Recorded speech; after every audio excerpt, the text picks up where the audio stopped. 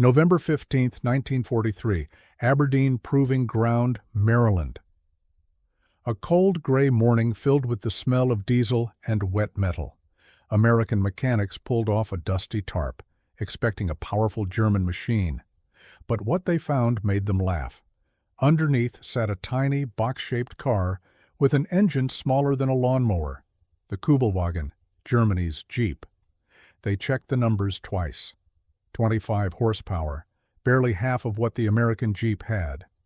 How could this thing survive a war, one soldier joked, but by the end of the day no one was laughing.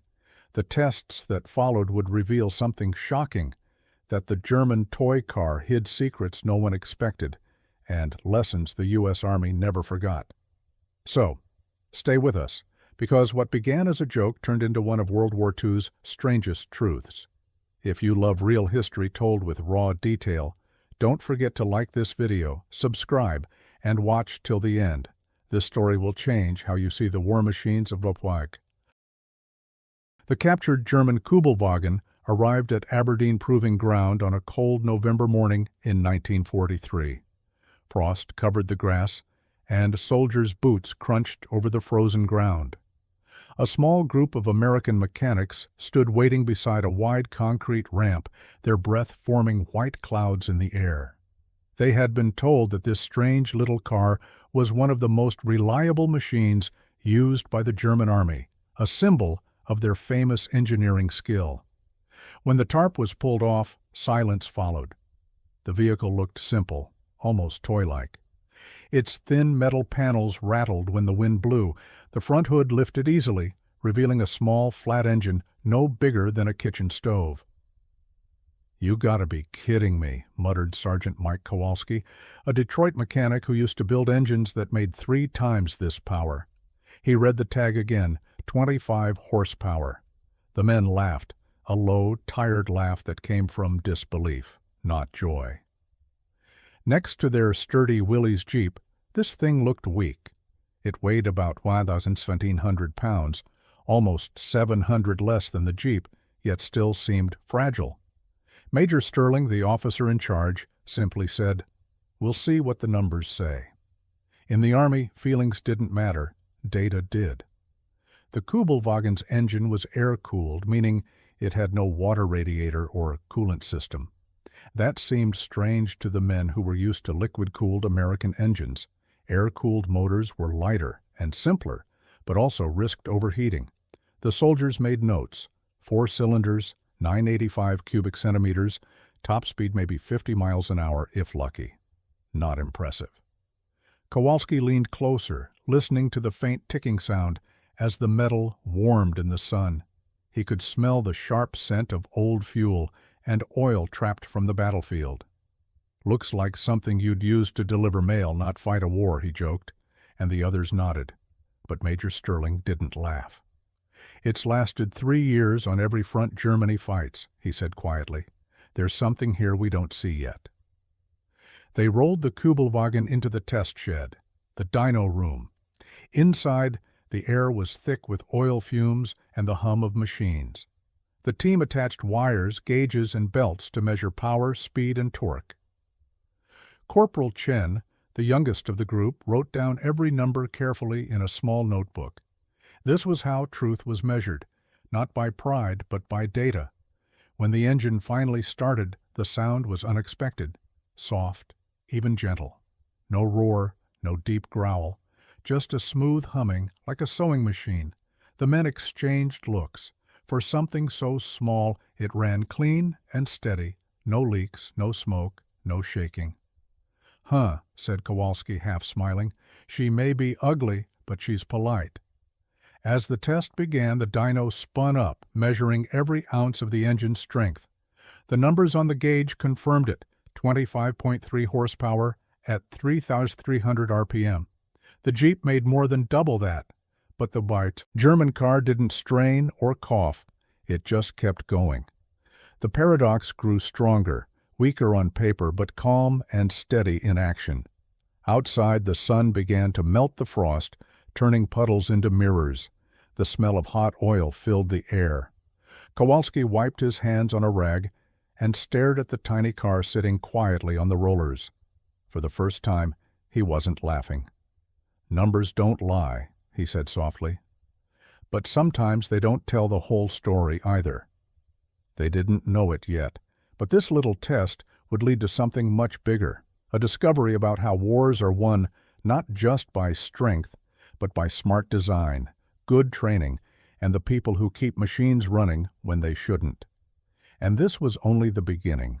Inside the dyno room, the air buzzed with noise and the smell of burning oil.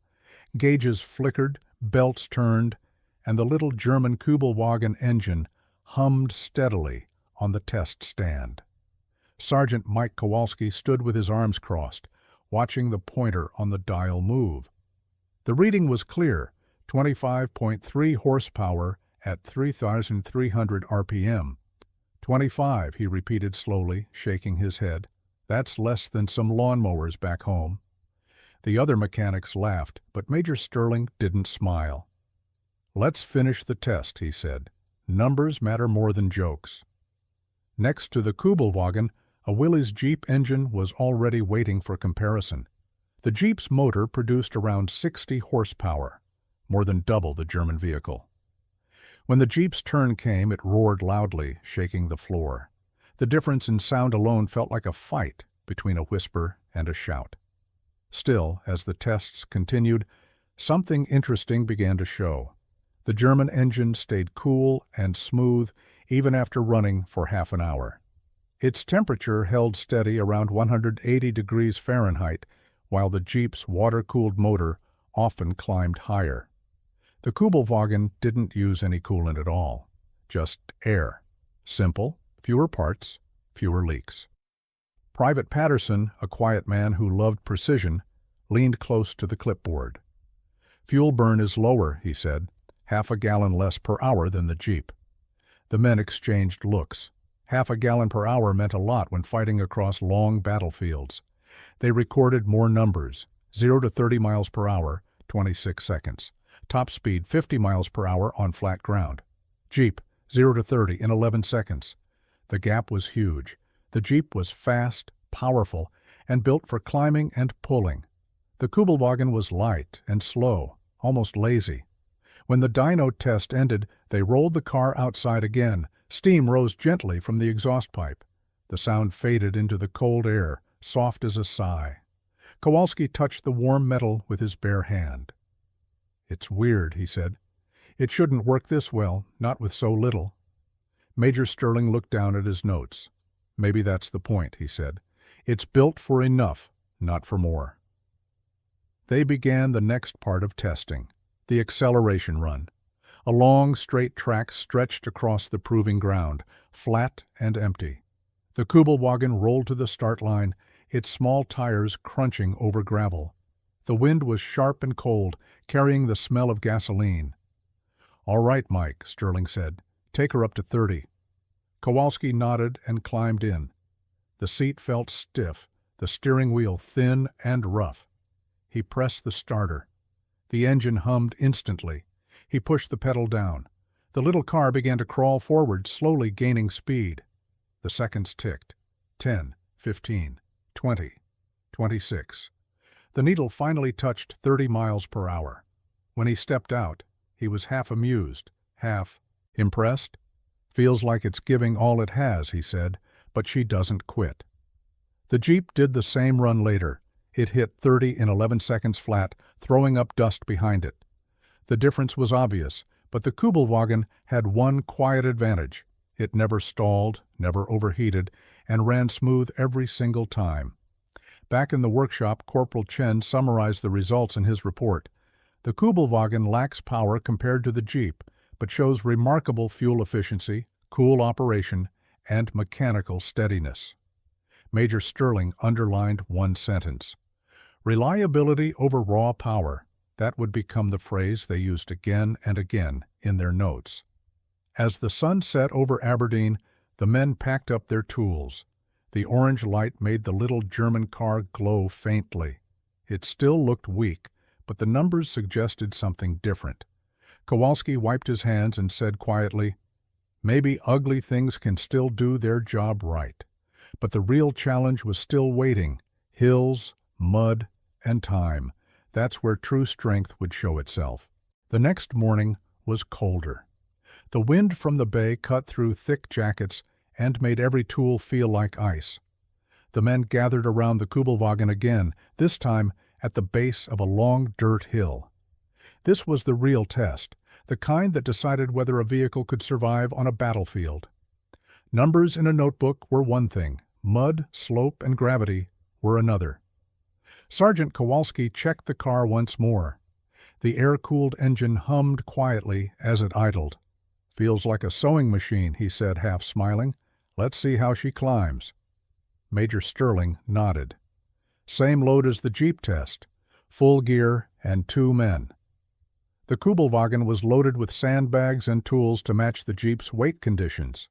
The hill ahead rose at different angles, 8 degrees, then 12, then 27, the same gradients used for official Army trials. Kowalski put the car in first gear and began to climb. At first, it rolled smoothly, the tires gripping the frozen dirt. But as the slope increased, the engine began to whine. A thin, high-pitched sound like a saw cutting wood. The speed dropped. At 8 degrees, it still moved. At 12, it started to slow sharply. When the gauge reached 8 degrees on the meter, the car stopped moving forward completely. "Throttles to the floor!" Kowalski shouted through the open window. The wheels spun helplessly, dust rose, and the smell of hot rubber filled the air. Major Sterling signaled to stop the test. The little car had reached its limit. They checked the thermometer near the cylinder head, 210 degrees Fahrenheit. The engine was overheating. Smoke began to rise from the rear vents. Kowalski stepped out, wiping sweat from his forehead. "That's all she's got," he said. "She's done." When the Jeep's turn came, it started up the same hill like it was nothing. The deep growl of its engine filled the cold air. It reached the top of the 27-degree slope without a pause. The contrast was painful to watch. "It's like watching a workhorse next to a mule," Patterson said quietly. Still, Major Sterling kept taking notes.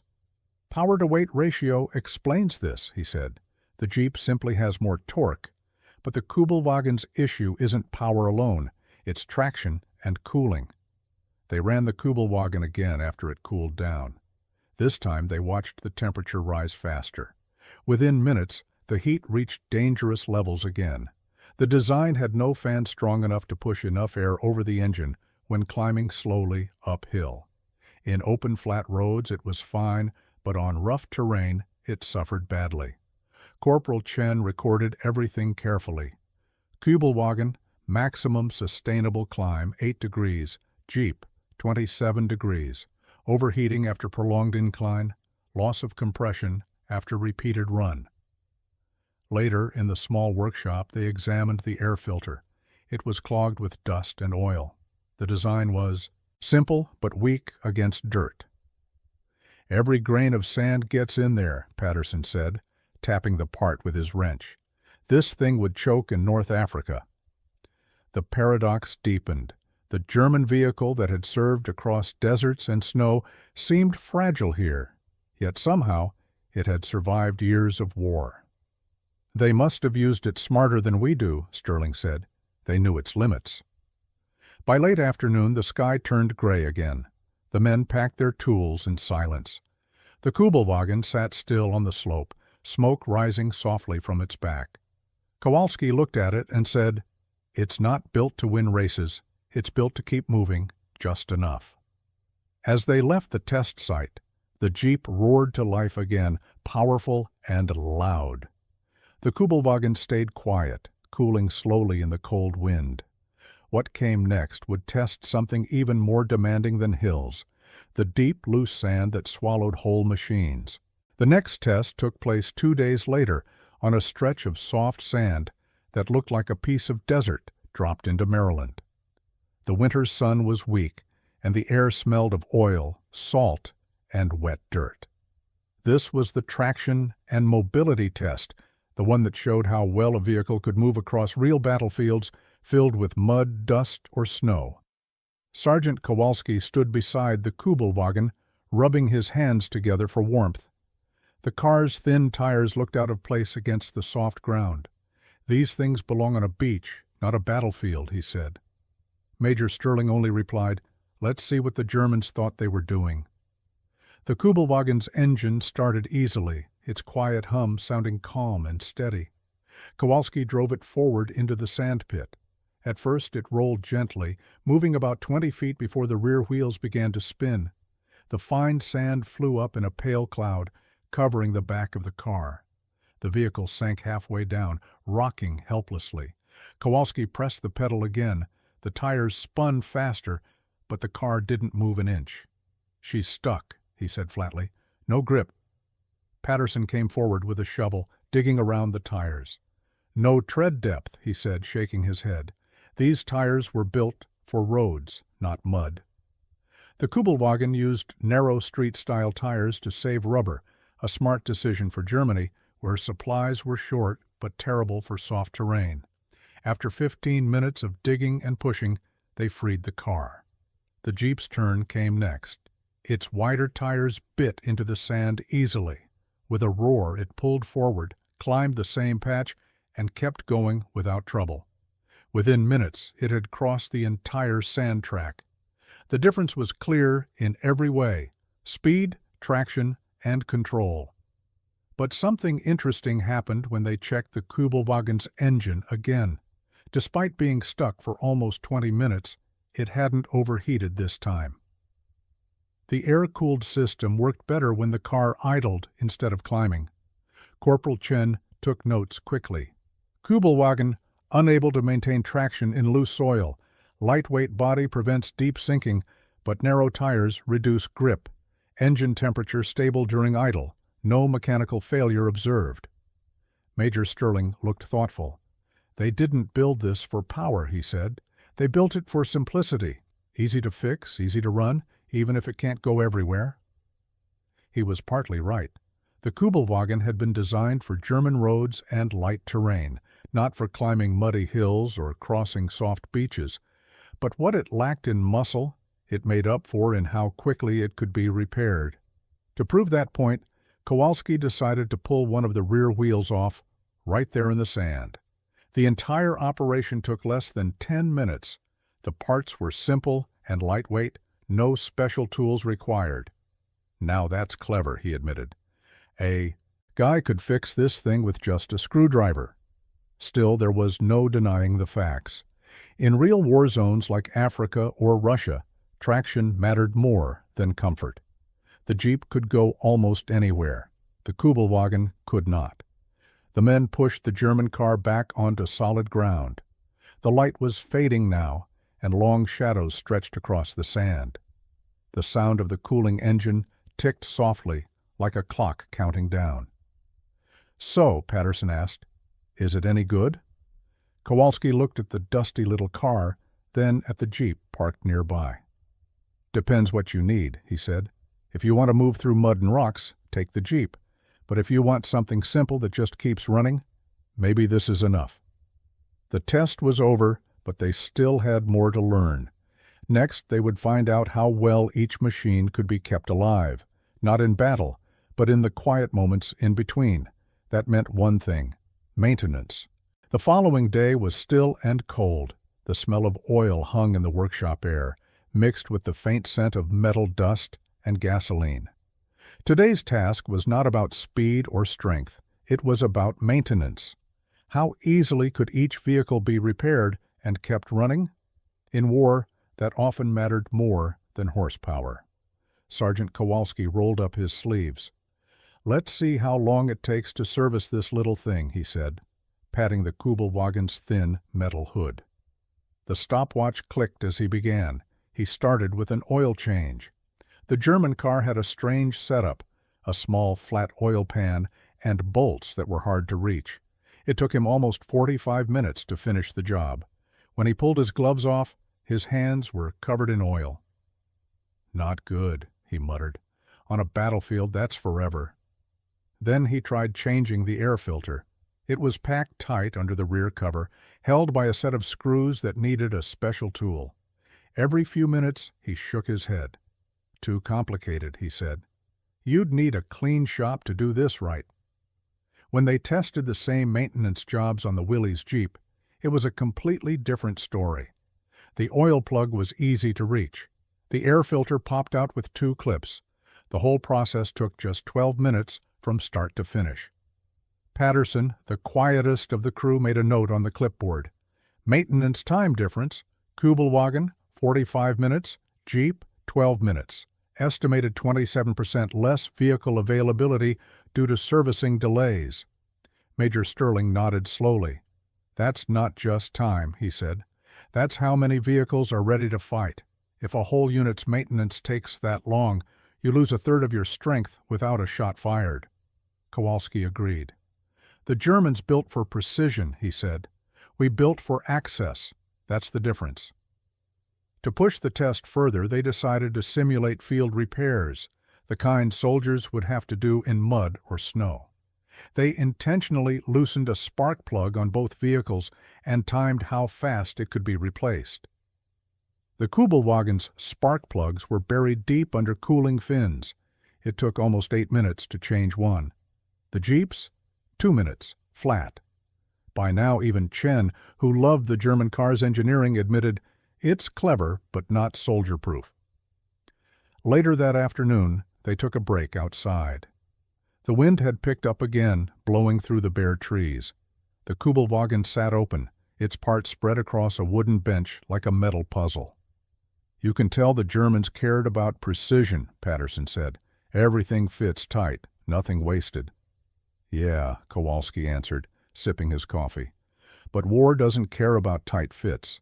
It cares about who gets rolling again first. When they finished the last maintenance timing, Major Sterling summarized the results. The Kübelwagen was reliable when working, but slow to fix. Over time, that could reduce its total operational use by nearly 30% compared to American vehicles. In a long campaign, that was a major weakness. Still, there was something they respected about it. Every part had a purpose. No unnecessary wires, no extra weight. It's not bad design, Sterling said. It's just built for a different kind of war, one where roads exist and parts are close. As night fell, the men cleaned their tools. The sound of steel brushing against rags echoed through the quiet room. The Kübelwagen sat reassembled and running again, its little engine purring like nothing had happened. Well, Kowalski said softly, she may be slow and fussy, but she doesn't quit. Tomorrow would be the harshest test of all, one that no machine liked, the cold. And in that deep freeze, the truth about reliability would become crystal clear. The next morning, the world was frozen. Ice covered the ground, and a thin mist hung over the airfield. It was January 1945, and the temperature had dropped below 20 degrees Fahrenheit. Cold enough to make steel shrink and engines groan. The American mechanics knew what they had to test today: cold starts. How easily could each vehicle come to life after sitting all night in freezing air? Kowalski rubbed his hands together and said, "All right, boys, let's see if this little German bug can wake up."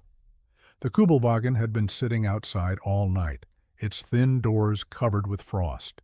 He pulled the choke, pressed the clutch, and turned the key. Nothing, just a dull click.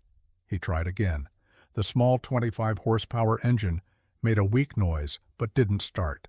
"Come on, you little coffee grinder," he shouted, kicking the tire lightly. On the third try, it finally coughed to life, sputtering unevenly like a tired old man waking up. The smell of unburned fuel filled the air. Chen, shivering nearby, checked his watch.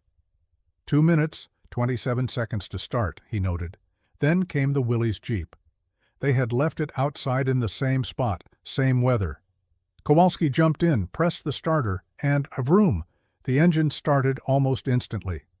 5 seconds flat, Chen said, smiling. That's a start any soldier would love. The cold test wasn't just about engines. They also checked how the vehicles handled frozen ground.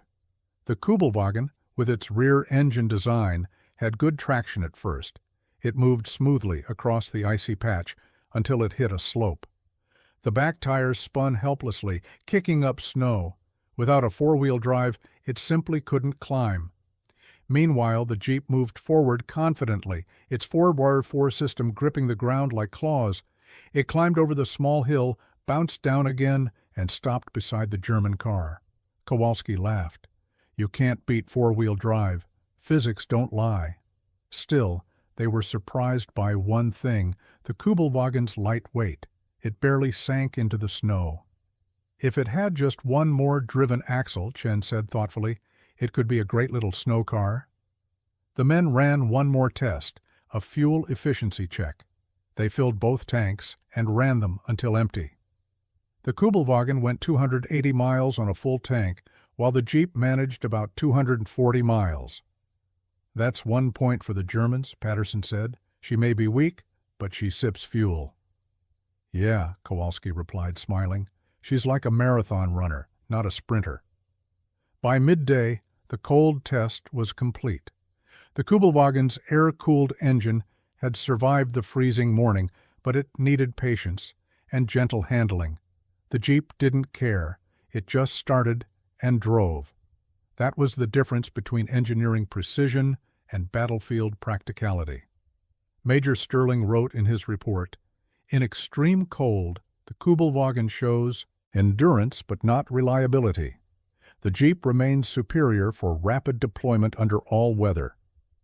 As the sun began to melt the frost, the men leaned against the vehicles, watching steam rise from their hoods. You know, Kowalski said, it's strange. The Germans made this with care, detail, even pride. But war doesn't reward pride. It rewards what works. The others nodded silently. They weren't just testing machines anymore.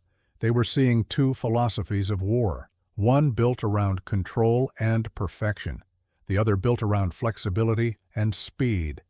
And the next test would bring that contrast to life even more, when the two vehicles would face real field conditions side by side. Mud, ruts, and chaos, the true battlefield of machines.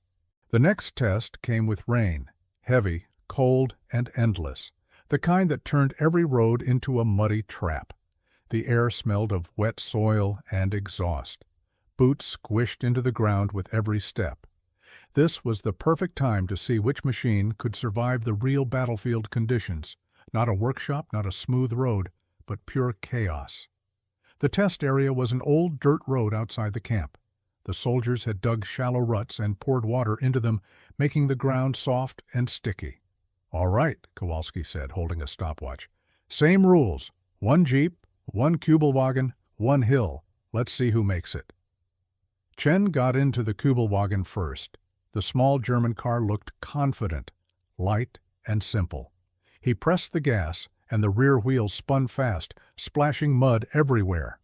For a few yards it moved forward, the little engine whining loudly. But then, as the mud got thicker, it began to slide sideways. The back tires lost grip and the car sank halfway into the muck. "Keep it steady," shouted Kowalski. Chen tried rocking it back and forth, but it was no use. Without front-wheel power, it just dug itself deeper. After 22 seconds, the Kübelwagen stopped completely. The men pushed, grunted, and finally freed it, their uniforms covered in mud. Then it was the Jeep's turn. Patterson took the wheel. He shifted into four-wheel drive, grinned, and said, "Let's go for a swim." The Jeep started slow, tires turning firmly. It rolled straight into the mud, climbed over the same slope where the Kübelwagen had sunk, and came out on the other side without even slowing down. "Time, 17 seconds, Chen called out, laughing, "and no pushing needed." Even Major Sterling, who rarely smiled, gave a small grin. "That's the difference right there," he said. "You can build precision, or you can build power that forgives mistakes." But they didn't stop there. The next part of the test was damage control. They wanted to see what happened if the vehicles were hit, not by bullets, but by real-life wear. Dents, broken lights, bent fenders. Kowalski gently hit both cars' side panels with a steel hammer, simulating shrapnel impact. The Jeep's body flexed slightly, leaving a dent but no cracks.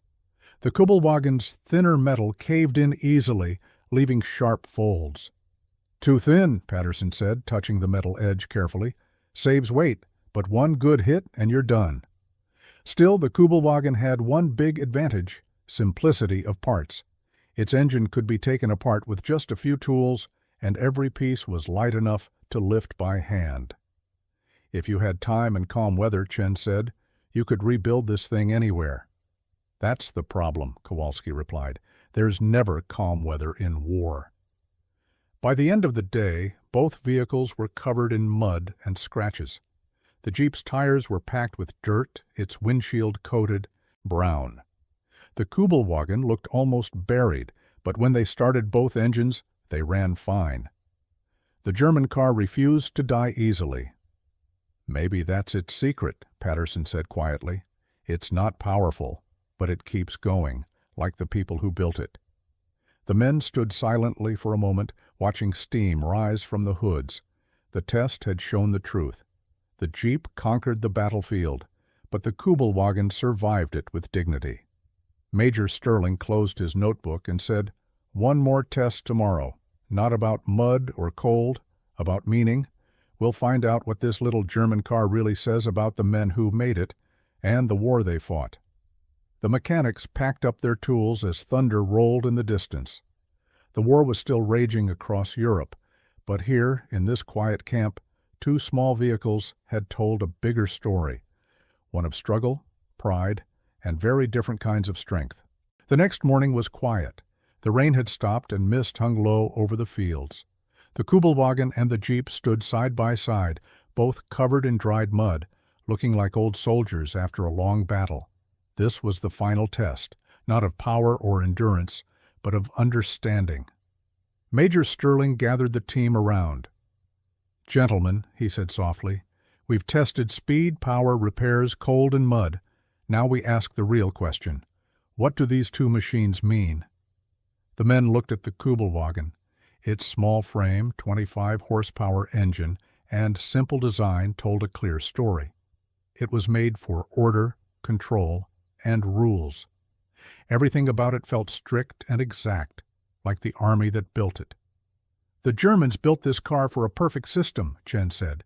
"Every bolt, every wire has one place, one purpose. But war isn't perfect. It changes every minute." Then they turned to the Jeep. Its rough edges, loud engine, and open body looked almost careless. But it wasn't. It was made for freedom, for fast thinking and fast moving. Kowalski leaned on the Jeep's hood and said, "This thing wasn't built to look good. It was built to help a man survive, to climb, to pull, to carry, to move on." Patterson added, "The Jeep is like America itself, simple, direct, and always moving forward." Sterling nodded. "And the Kübelwagen?" "The Kübelwagen," Patterson replied, "is Germany, smart, proud, but trapped by its own design." They all stood silent for a moment. In the distance, a supply truck rumbled by, carrying crates of ammunition. The sound faded into the cold air. Sterling took out his report book for the last time. He wrote slowly, his pencil scratching on paper. "The Kübelwagen is a product of precision. The Jeep, a product of practicality. One values control, the other adapts to chaos. In war, the winner is not who builds the most perfect machine, but who builds the one that keeps going." As the sun broke through the clouds, light fell across both vehicles. Mud glistened on their bodies like battle scars. Chen smiled faintly. "You know," he said, "we started this to laugh at that little German car, but I think we ended up respecting it." Kowalski nodded. "Yeah, it might not win the war, but it fought its own fight." The men cleaned up their tools one last time. The Kübelwagen was to be sent to a museum storage yard, while the Jeep would go back to the field for duty.